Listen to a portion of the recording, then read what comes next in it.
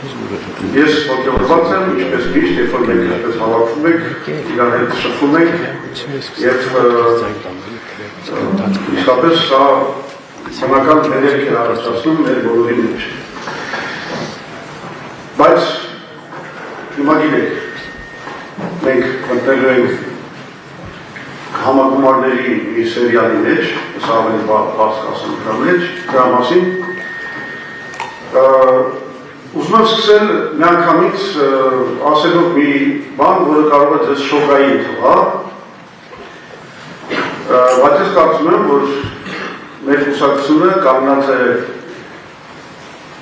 մի խնդրի առաջ, որ մեզ ուղղակի պետք է գտնել մեր տեղը եւ առաքելությունը նոր քաղաքական կյանքում, նոր աշխարհում եւ նոր Հայաստանում։ Ես իհարկե կանխատեսում եմ ձեր ներքին ձայնը ձեզ կհարցնի, կասի, թե ասենք տարօրինակ է նման հարցադրում դնել մի կուսակցության առաջ, որը լինելով 1988 թվականի մեծ ազգային վերելքի կամ զարթոնքի ծնունդ ինքը հետո կառավարեց մեծ համազգային շարժումը եւ մեր երկիրը, մեր պետությունը, մեր ազգը տարավ դեպի մեծ հաղթանակների։ Մի կուսակցություն, որը վերստեղծեց հայոց անկախ պետությունը։ Կուսակցություն, որը առաջնորդեց հայ ժողովրդի ազգային ազատագրական շարժումը եւ մեր հաղթանակը առաջին Ղարաբաղյան պատերազմում։ Կուսակցություն, որը անցկացրեց երևի 90-ական թվականներին ամենատպավորիչ ազատական բարեփոխումները, որոնք անգամ համաշխարհային բանկի կողմից հռչակվել են որպես օրինակելի։ Եվ մի կուսակցություն, որը իրականում միակ քաղաքական ուժն է, որը ճիշտ դուրս եկավ մեր պետության անվտանգության եւ բարեկիրության համար ամենաճակատագրական հարցերում։ Այսինքն սա անուրանալի մի իրողություն է, որ բոլորս պետք է ընդունենք։ Բայց նորից ես ասում եմ, թեև այս բոլոր նվաճումները մենք ունենք, մենք ապրում ենք նոր աշխարհում, նոր Հայաստանում, որտեղ մենք դեռ պետք է գտնենք մեր տեղը եւ մեր առաքելությունը։ Ինչու ես այսպեսի հարցադրում ասել եմ առաջ, որովհետեւ մենք պետք է հասկանանք, որ շատ բան է փոխվել մեր վերջին համագումարից, որը տեղի է ունեցել 2021 թվականին։ Նախ եւ առաջ պետք է հասկանանք, որ մենք ընդհանրապես ապրում ենք մի վիճակում, երբ որ ամբողջ աշխարհում գնում են դինամիկ գործընթացներ, մասնավորապես մենք տեսնում ենք մեր աչքերի առաջ քանդվում է աշխարհակարգը, տեղի են ունենում փոթորկալից փոփոխություններ, մեր տարածաշրջանի Հայաստանի հենց համար ճակատագրական նշանակություն ունեցող շատ լուրջ հակամարտություններ են ընթանում, որոնցից ամենակարևորը երևի կարևորները դա ռուս-ուկրաինական պատերազմն է եւ իսրայելա-իրանական հակամարտությունը, որոնք սնվում են, որոնք դեռ ամենադաժան կերպով ընթանում են եւ իրենք արդեն ազդել են Հայաստանի ճակատագրի վրա եւ շարունակելու են ազդել մեծագույն փոփոխություններ են կատարվում աշխարհում, նաեւ աշխարհաքաղաքական հակամարտությունների եւ բարձրացության առումով, այսինքն մենք իսկապես գտնվում ենք նոր աշխարհում։ Երկրորդ կարևորագույն փոփոխությունը, որ տեղի ունեցել, դա այն է, որ ցավոք սրտի այսօրվա իշխանությունների ինչ ասեմ, դաժան, մեր համար դաժան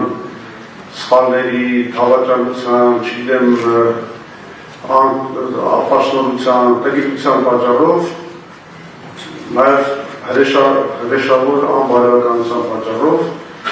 մենք կորցրել ենք Արցախը։ Արցախում տեղի ունեցել ցեղասպանություն եւ այլևս իսկապես մենք հայտնվել ենք լրիվ նոր իրավիճակի մեջ։ Եվ չեմ կարծում, որ մենք պետք է նաև անդեսենք այն գրողը, որ այսօր ծավալվել է մեր երկրում իշխանությունների կողմից, մեր ժողովրդավարական ազատությունների դեմ եւ ես կասեի անգամ մեր պատմամշակութային ինքնության դեմ, հայ առաքելական եկեղեցու դեմ, որը իսկապես դառնում է լրջագույն սպառնալիք եւ վտանգ անգամ մեր պետության գոյության համար։ Սրանք մարտահրավերներ են, որոնց մենք դեռ չունենք adekvat պատասխան։ Եթե վերցնեք 2013 թվականին մեր ընդունված ծրագիրը, դուք կտեսնեք, որ այդ ամբողջ ծրագիրը ուղղված է լրիվ այլ վիճակում ձևավորված մարտահրավերներին։ Կարդացեք, կտեսնեք 2013 թվականին մենք պայքարում ենք Սերժ Սարգսյանի ռեժիմի դեմ։ Այո, տեղի էին ունենում լուրջ ոտնձգություններ ժողովրդավարության վրա, երկրում հակաժողովրդավարական համակարգ էր տիրում, եւ մենք ձևավորել ենք, այդ ծրագրում ձևակերպել ենք մեր պայքարի նպատակները։ Բայց իրավիճակը փոխվել է։ Լրիվ այլ տիպի հիմա ռեժիմ է հաստատվել Հայաստանում։ Հիմա անուն օբյեկտիվության կարող ենք ասել ինչ-որ հարցերում ավելի լավ վիճակ է, բայց նաև մենք տեսնում ենք, որ նույն ժողովրդավարության հարցում բաներ են կատարվում, որ աննախադեպ են։ Ես նկատի ունեմ ոտնձգությունները մեր քաղաքացիական ազատությունների, ժողովրդավարական ազատությունների, մարդու իրավունքների վրա, մասնավորապես, երբ որ երկրի վարչապետը երազանցելով եւ չարաշահելով իր լիազորությունները ուղղակի շրջանցելով օրենքը հրամաններ է տալիս ամբողջ վարչական ապարատին, քննչական մարմիններին, ոտնահարելով օրենքները ուղղակի անել բաներ, որոնք օրենքում անգամ նախատեսված չէ։ Ինքը իրան վերագրել է, ասենք, չգիտեմ, հայ առաքելական եկեղեցու բարեփոխիչի առաքելություն, ինչը պատժվում է մեր քրեական օրենսգրքի 441 հոդվածով։ Դրանք իրավունքին նման բաներով զբաղվել եւ երբ որ վարչապետի վարչապետը նման բաներով զբաղվում է, դա քրեորեն պատժելի արարք է։ Այդպեսի բան ասեմ Սերժ Սարգսյանի ժամանակ չի եղել։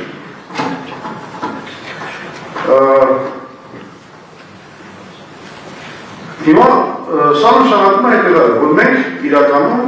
պետք է արմատական վերանայումներ անենք, մասնավորապես պետք է ընդունենք նոր ծրագիր։ Մենք պետք է ընդունենք նոր ծրագիր, որը այս նոր աշխարհում մեզ համար կգծի մեր ապագա առաքելությունը։ Ինչ ենք մենք տեսնում մեր կուսակցության համար, ինչով զբաղվի մեր կուսակցությունը։ Հետևաբար մեզ անհրաժեշտ է, դուք բոլոր գիտեք, այս համագումարը, որ մենք անցկացնում ենք, սա անունը դրել ենք տեխնիկական համագումար, որովհետև մենք այսօր հենց հիմա այս դահլիճում չենք լուծելի այն խնդիրները, որոնց մասին ես խոսեցի։ Մենք կարծում եմ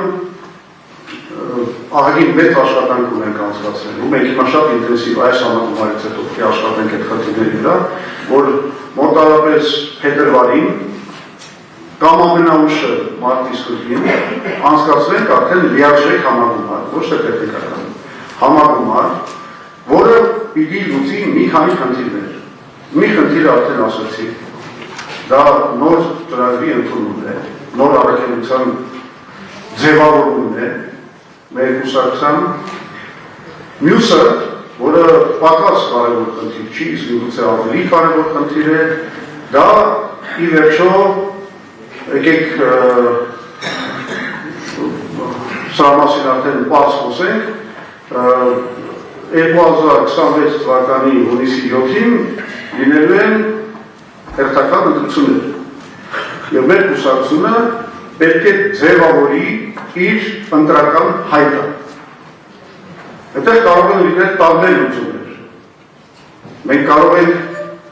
փնտրել դաշինքներ, ինչով ասեմ, արդեն մի 2 տարի զբաղված ենք, որովհետև հասկանում ենք, որ այն ռեժիմը, որ այսօր հաստատվել է Հայաստանում, նրան հեռացնելու համար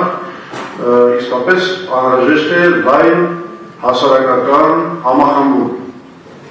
Եվ մենք 2 տարի շարունակ հետևողականորեն գնում ենք բանակցությունների, տարբեր քաղաքական ուժերի հետ փորձում հասնել ինչ-որ արդյունքների այդ առումով։ Բայց մենք պետք է հասկանանք նաև, որ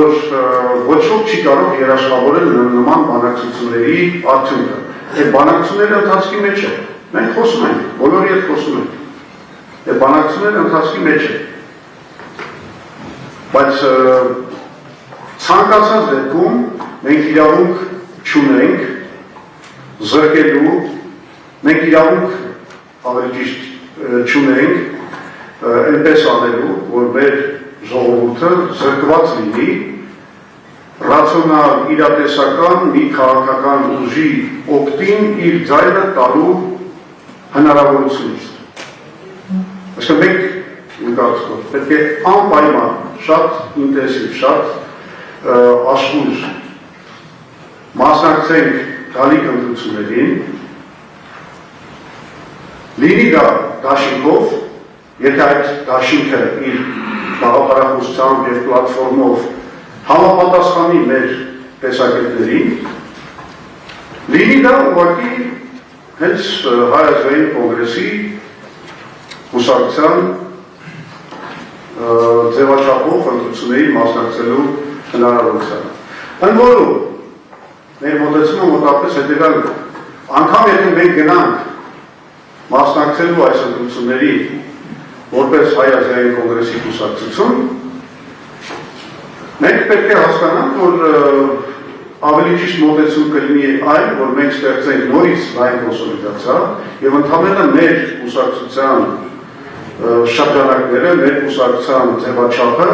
տրամադրենք որպես գործիք այդ լայն կոնսոլիդացիայի մտավորականների, չգիտեմ, այլ քաղաքական ուժերի նոր հանդես եկող քաղաքական նախաձեռնությունների, որ նրանք կարողանան ընդգրկվել այդ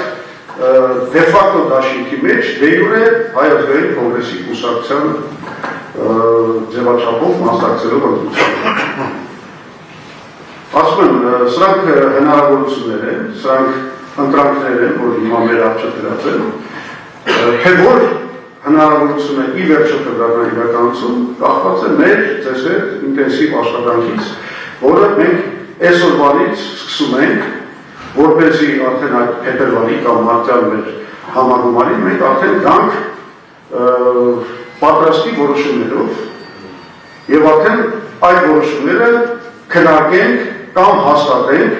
մեր արդեն լիարժեք համագումարով, որը նաեւ կընտրի ղեկավար մարմինները ազատ, բաց քննարկությամբ այն մեխանիզմներով, որ մենք վաղուց արդեն որդեգրել ենք, գիտեք, երբ որ գնում է շատ լուրջ մրցակցային մասնակցություն եւ ամեն թեկնածուն պետք է պայքարի իր ծայրերի համար, որ կարողանա ընտրվել ղեկավար մարմիններում։ Բայց մենք նաեւ հասկացանք, որ քանի որ խնդիրների բազմազանությունը շատ մեծ է, քանի որ իսկապես ինտենսիվ աշխատանք կա, ծրագիր մշակել, չգիտեմ, նախընտրական հայտը մշակել, լուրջ ընտրություններ անցկացնել սկզբնական կազմակերպություններում այդ ամբողջ պրոցեսը անցկացնելով։ Մենք այնուամենայնիվ ունենք անհրաժեշտություն այսպեսի մի արագ լուծման, որ մենք անցկացնենք այն ինչով մենք կոչում ենք տեխնիկական համագումար, որի իմաստը այն է, որ մենք այնուամենայնիվ ունենք հիմա կոնկրետ տեխնիկական խնդիրներ լուծել, որոնք են կան։ Մենք այնուամենայնիվ, քանի որ տեղի են ունեցել փոփոխություններ եւ ընտրական օրենսգրքում եւ կուսակցությունների մասին օրենքում, մենք հայտնվել ենք մի վիճակում, երբ որ մեզ պետք է ունենալ և լեգիտիմ լիազորությունների իրենց ժամկետով լրիվ տեղավորվող օրենքի պահանջների մեջ բարձրություն և նախագահ։ Մենք հիմա այդ փոփոխությունների պատճառով դուրս ենք ընկել այդ սենց ասեմ օրենքի պահանջներից, հիմա մեր այս համագումարը պետք է լուծի ընդամենը մեկ հարց, տեղավորվել օրենքի շրջանակներում։ Այսինքն մենք պետք է հիմա հասկանալով որ բուն ճիշտ ընտրությունները, այսինքն լրիվ լիարժեք ընտրությունները տեղի կունենան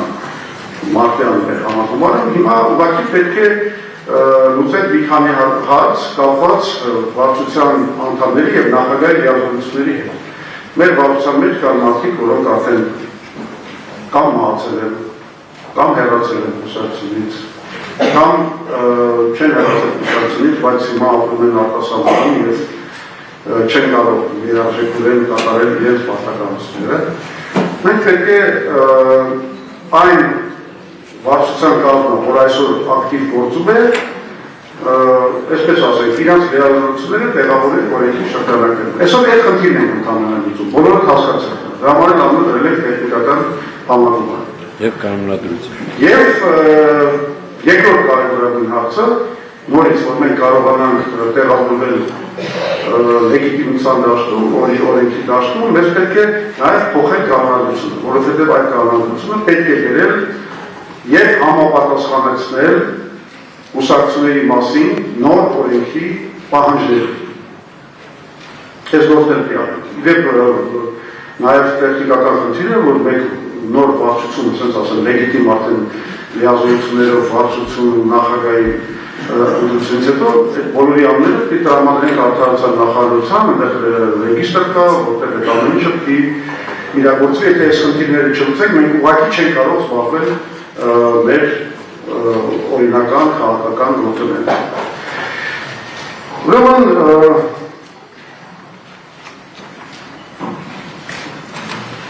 ես ապրեսնել,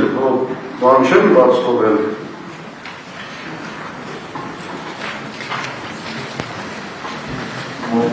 Մենք հասկանում ենք, որ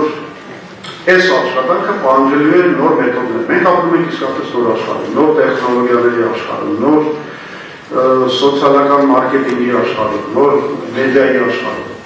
Մեզ պետք է արմատականորեն վերափոխել մեր կուսակցության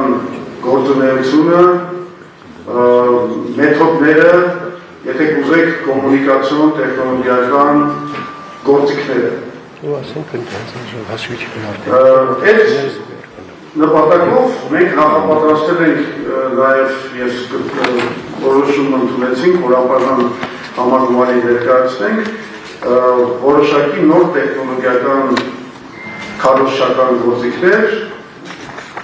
որում դրանք ներառում են նաև դրամահավաքի կազմակերպում ավելի էֆեկտիվ և ես հուսով եմ, որ այդ բոլոր այդ ամբողջ գործիքակազմը շատ արդյունավետ կերպով այստեղ ձեր առաջ կներկայացնի մեր PR խմբի անդամ Վաչե Քամրազյանը, որ այստեղ նստած է և ինքը ձեզ կծանոթացնի այդ նոր տեխնոլոգիական գործիքակազմի հետ։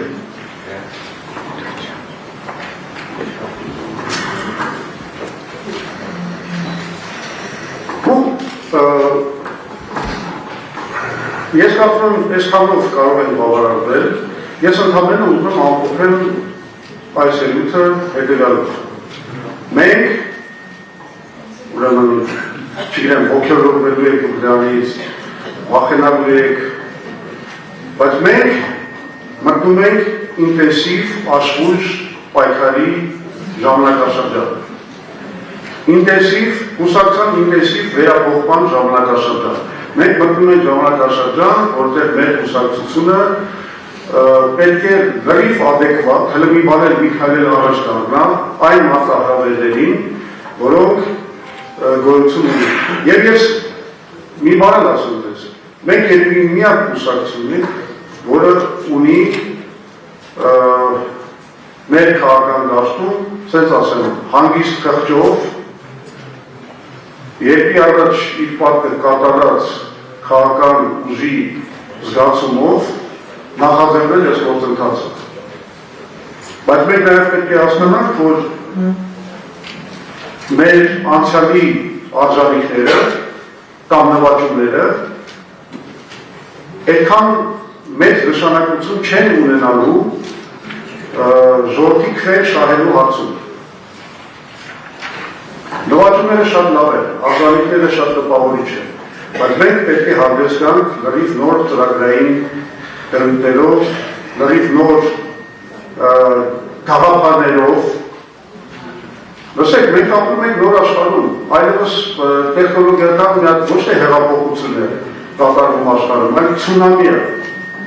ցունամի, որին եթե մենք չտիրապետենք, այդ ցունամին մեզ սրբելու է տանելու է։